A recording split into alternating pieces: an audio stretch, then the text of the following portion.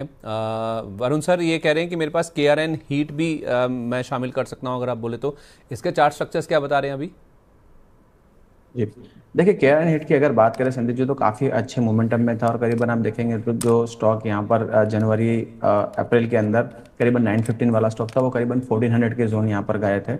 और उसके बाद यहाँ पर एक करेक्शन आया था 52 EMA के अराउंड, एक अच्छा बेस बना है करीबन 1950 के जोन में। और यहाँ पर एक अच्छा ब्रेकआउट मिला है करीबन 1160 के जोन में। अब स्टॉक वापस यहाँ पर चलने के लिए तैयार है। अगर बिल्कुल शॉर्ट टर्म व्यू है, 1160 का एक स्टॉप लॉस मेंटेन करेंगे और यहाँ पर पोजीशन बने रहेंगे। और करीबन 1400 से 1600, 1400 फर्स्ट टारगेट रहेगा और दूसरा टारगेट 1600 का रहेगा। अगर आपका थोड़ा सा लंबा नजरिया है, 950 का एक स्टॉप लॉस मेंटेन करेंगे और यहाँ पर आपके पोर्टफोलियो में रह सकता है, क्योंकि स्टॉक में आप देखेंगे तो अप्रैल महीने में काफ़ी बड़ा एक मूव था, उसके बाद एक कंसोलिडेशन जोन में चल रहा है और यहाँ से जैसे एक बेस ब्रेकआउट आता है तो यहाँ से फिर से एक अच्छा मोमेंटम बन सकता है, बिल्कुल आपके पोर्टफोलियो में शामिल हो सकता है। ठीक है, महेश सर ये कह रहे थे कि कोई ऐसा शॉर्ट टर्म का प्ले बता दीजिए, कोई स्टॉक अच्छा जो आपको लग रहा हो शॉर्ट टर्म के लिहाज से। नहीं, वैसे तो बहुत सारे स्टॉक्स है, लेकिन स्पेसिफिक मनोरमा इंडस्ट्री पे ध्यान बना हुआ है। मनोरमा इंडस्ट्री में अगर आप देखेंगे तो ठीक ठाक लेवल है, कल से अभी थोड़ा सा अपसाइड दिए, तो मेरे हिसाब से 1440 के स्टॉप लॉस के साथ में ये स्टॉक या ये लेवल से बाइंग किया जा सकता है। टारगेट 1750 से 1800 ये रहेंगे और स्टॉप लॉस 1440 के बिलो रखेंगे। डिलीवरी बेस रखिए, अच्छा स्टॉक है, फंडामेंटल काफी बढ़िया है।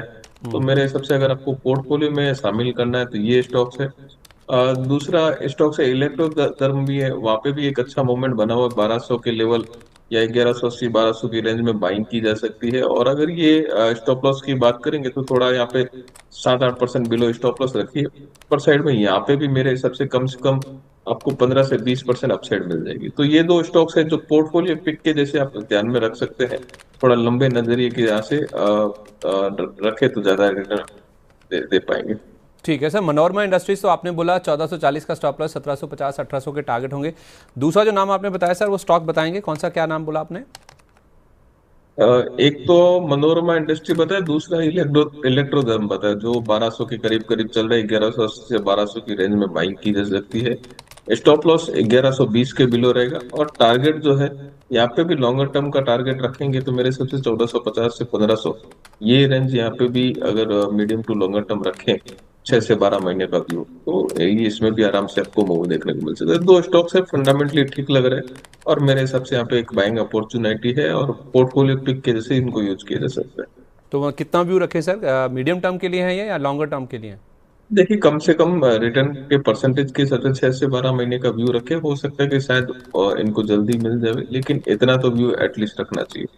कम से कम 6 से 12 महीने का व्यू रखिए आप, मतलब मीडियम से लॉन्ग टर्म का व्यू, क्योंकि एक साल पार हो जाएगा तो फिर लॉन्ग टर्म कंसिडर किया जाता है। तो इन स्टॉक्स में देखिए, अच्छा मोमेंट। ऐसे ऐसे ऐसे स्टॉक्स में क्या है कि अगर क्वार्टरली नंबर अच्छे आते हैं तो आप अपने पोर्टफोलियो में है, अगर नंबर अच्छे आ रहे, कंपनी अच्छा कर रही है, तो इसके कैरी फॉरवर्ड भी कर सकते हैं और उसके बाद में आपके टारगेट जो है थोड़े और बढ़ सकते हैं। तो मेरे हिसाब से ये टाइप के स्टॉक्स जो है आपके पोर्टफोलियो में रहेंगे, अगर कंपनी अच्छा करी, सब चीजें अच्छी है, तो टारगेट थोड़े अपवर्ड की और पीछे चले जाते हैं। तो ये टाइप के स्टॉक्स पोर्टफोलियो में रखें।